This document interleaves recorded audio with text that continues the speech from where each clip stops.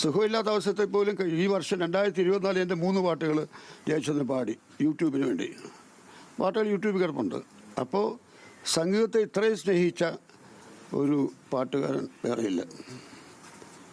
ജയചന്ദ്രൻ്റെ ഒരു വലിയ മഹത്വം, അദ്ദേഹം മറ്റു പാട്ടുകാരെക്കുറിച്ച് സംസാരിക്കുക, സ്വന്തം പാട്ടുകളെക്കുറിച്ച് സംസാരിക്കില്ല. സംഗീതത്തെക്കുറിച്ച് പറയുമ്പോൾ യേശുദാസ് പാടിയ ആ പാട്ട്, മുഹമ്മദ് റഫി പാടിയ പാട്ട്, മുകേഷ് പാടിയ പാട്ട്, പി സുശീല പാടിയ പാട്ട്, ഇങ്ങനെ മറ്റു പാട്ടുകാരെ വാഴ്ത്തിക്കൊണ്ടിരിക്കുന്ന ഒരു പാട്ടുകാരൻ, അതാണ് ജയചന്ദ്രൻ. അങ്ങനെ വേറൊരു ഗായികയും ഞാൻ കണ്ടിട്ടില്ല.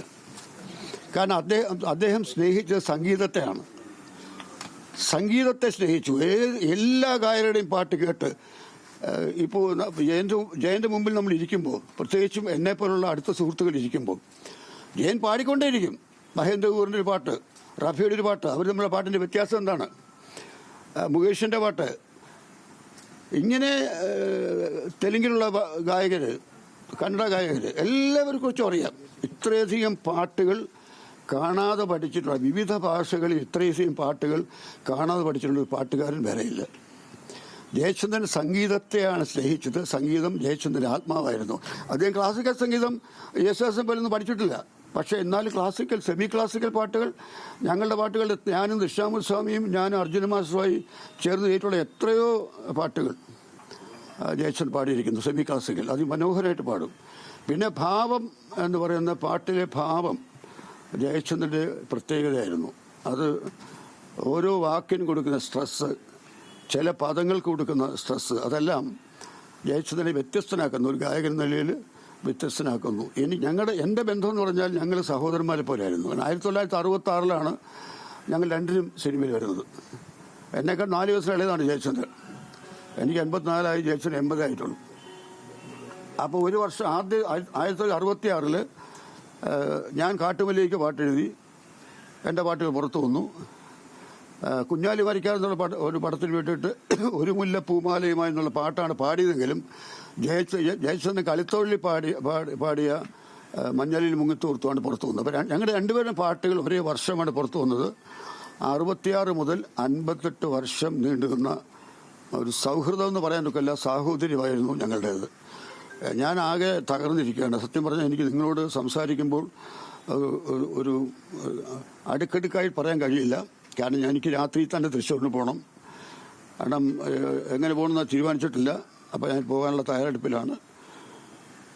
പിന്നെ എൻ്റെ പാട്ടുകളെക്കുറിച്ച്, എൻ്റെ ഏറ്റവും കൂടുതൽ പാട്ടുകൾ, ഇപ്പോൾ ജയചന്ദ്രന് വേണ്ടി ഏറ്റവും കൂടുതൽ പാട്ടുകൾ എഴുതിയ പാട്ടെഴുത്തുകാരൻ ഞാനാണ്. പിന്നെ ഞങ്ങളുടെ വ്യക്തിബന്ധം എന്ന് പറഞ്ഞാൽ, ഞങ്ങൾ പരിചയപ്പെട്ട അധികം താമസിയാതെ 3 വർഷം കഴിഞ്ഞപ്പോൾ എൻ്റെ അനിയത്തിയുടെ കല്യാണമായിരുന്നു.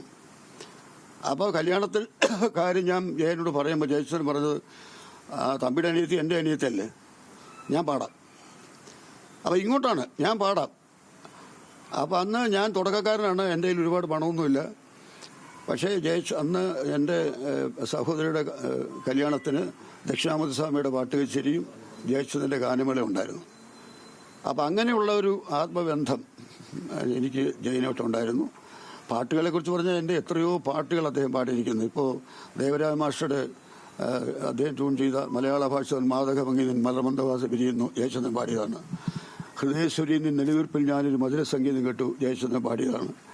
ദക്ഷിണാമൂർത്തി സ്വാമിയുടെ സന്ധ്യയ്ക്കെന്തിന് സിന്ദൂരം ചന്ദ്രികയ്ക്കെന്തിന് വൈഡൂര്യം, അത് എൻ്റെ പാട്ട് ജയചന്ദ്രൻ പാടിയതാണ്. ചന്ദനത്തിൽ കടഞ്ഞെടുത്ത് സുന്ദരി ശില്പം ജയചന്ദ്രൻ പാടിയതാണ്.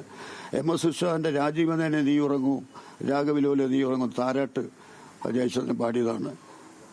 അങ്ങനെ മലയാള ഈ